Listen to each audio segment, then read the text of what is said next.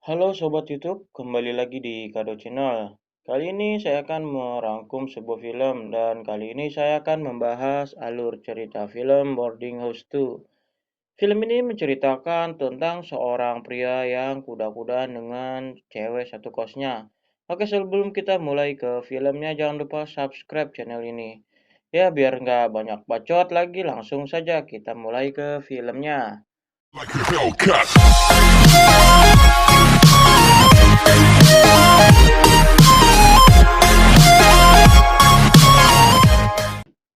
Film dimulai dengan tokoh utama kita yang bernama John. Ia adalah lulusan sarjana dan sekarang itu dia sedang fokus untuk melamar pekerjaan.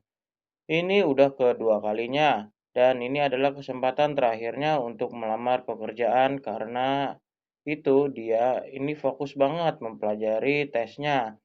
Tapi sayangnya penghuni kamar di sebelah itu pekerjaannya kuda-kudaan terus sama pacarnya dan terdengar berisik kayak jalanan lagi becek. Jadi ia merasa terganggu banget nih. Dan akhirnya ayahnya menyarankan si John untuk pindah ke kosan lain. Biar sekalian dia bisa belajar mandiri untuk bekerja part-time. Di sini John memulai perjalanannya menuju kota lain untuk mencari kos-kosan. Setelah perjalanannya yang jauh dan panas dan melelahkan, John pun tiba di kos-kosan laknat. Kemudian John langsung dikagetkan dengan kemunculan salah satu penghuni kos yang bernama Ray. Dia ini bekerja sebagai suster di rumah sakit. Setelah masuk di sini kita diperkenalkan dengan ibu kos cantik seksi yang bernama Ara.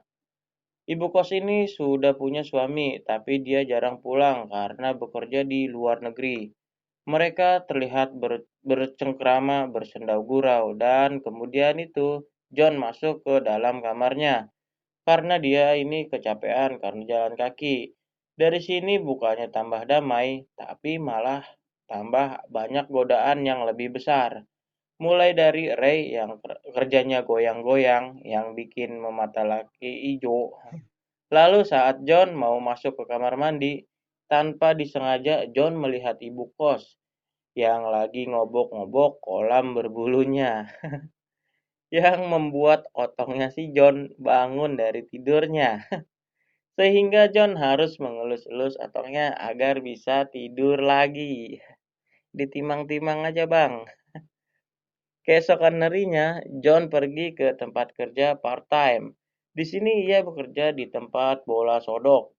Tapi di tempat kerja ini pun masih mendapat godaan yang begitu besar. Karena pemilik tempat ini yang bernama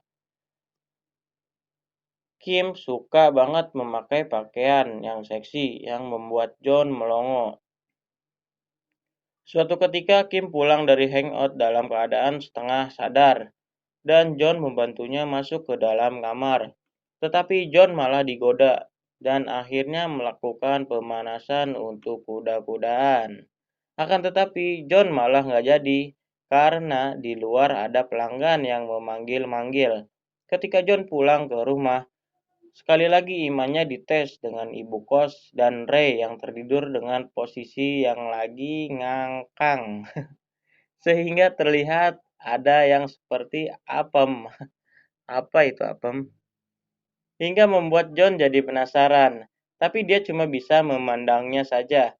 Keesokan harinya, pacar John yang bernama Sun datang ke kosannya. Dan John berharap dia bakal dapat tiket perjalanan ke dalam hutan lebat. Tapi tiba-tiba muncullah Ray yang menghancurkan momen tersebut. Dan sekali lagi rencana John pun gagal. Dan ketika kembali dari pengantaran pulang pacarnya, John terburu-buru masuk ke dalam kamar mandi. Tetapi sekali lagi ia dikejutkan dengan ibu kos yang lagi mengobok-ngobok kolam berbulunya. Godaan demi godaan terus menerpa kehidupan John di kosan laknat itu. Tetapi John masih kuat menghadapinya. Sampai suatu ketika saat dia mau berangkat kerja, ia mendengar suara kemericik kayak yang ada becek-beceknya gitu. ya di dalam kamar ibu kos. John tentunya penasaran dong dan mencoba melihat dari balik pintu. Dan ternyata suara tersebut berasal dari ibu kos dan suaminya yang sudah pulang dari luar kota. Mereka sedang kuda-kudaan. Nah, dari sinilah John sudah tidak kuat menahan tegangan dari si otongnya. Begitu ia sampai di tempat kerja, terlihat Kim sendirian dan gak ada pelanggan sama sekali. Kemudian karena John sudah gak kuat menahan imannya dan menahan otongnya, lalu langsung menarik Kim menuju ke kamar dan Kim pun langsung digenjot oleh si John.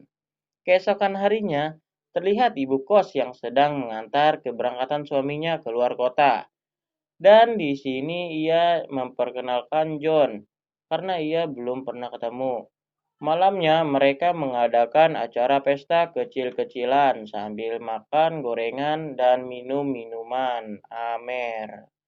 Paginya, ibu kos yang sudah bangun duluan untuk pergi belanja, dan John yang juga udah bangun, tiba-tiba ia dikagetkan dengan Ray yang masih belum bangun dan dengan posisi yang menggiurkan. Ya, tentunya yang membuat laki-laki ngiler ya.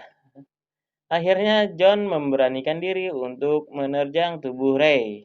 Dan mereka pun melakukan kuda-kudaan. Ya, namanya juga buaya ya. Lihat ada lubang ya pasti dimasukin. Malam pun tiba dan lagi hujan, suasana mendukung nih. Suami lagi nggak ada, akhirnya ibu kos pun mulai menggoda si John. Akhirnya John pun berhasil menikmati kolam berbulunya dari si ibu kos. Ketika lagi enak-enaknya, tiba-tiba suaminya pulang dari luar kota dan langsung menggedor-gedor pintu kamar istrinya. Lalu John pun langsung disuruh keluar lewat jendela yang membuatnya harus hujan-hujanan. Ya karena kehujanan tadi malam, John pun kemudian menjadi sakit. Kemudian dibawa ke rumah sakit yang kebetulan susternya itu adalah Ray. Di sini dia disuntik dan sebagai gantinya malamnya Ray yang gantian disuntik sama si John. Nah dari sini kehidupan John pun gak jauh-jauh dari kuda-kudaan.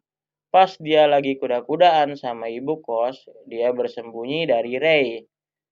Ketika kuda-kudaan dengan Ray, dia bersembunyi dari ibu kos. Gitu aja deh sampai seterusnya. Kemudian ayahnya yang sudah cukup berumur kemudian jatuh sakit yang membuat John mau tidak mau harus keluar dari kosan tersebut. Karena dia harus balik lagi ke kosannya yang dulu biar lebih dekat ketika merawat ayahnya. Dan di keadaan mendesak ini, yaitu ayahnya yang sedang sakit dan juga kamar sebelah yang berisik banget karena pengencerotan terus, John pun harus tetap berusaha fokus agar bisa diterima kerja.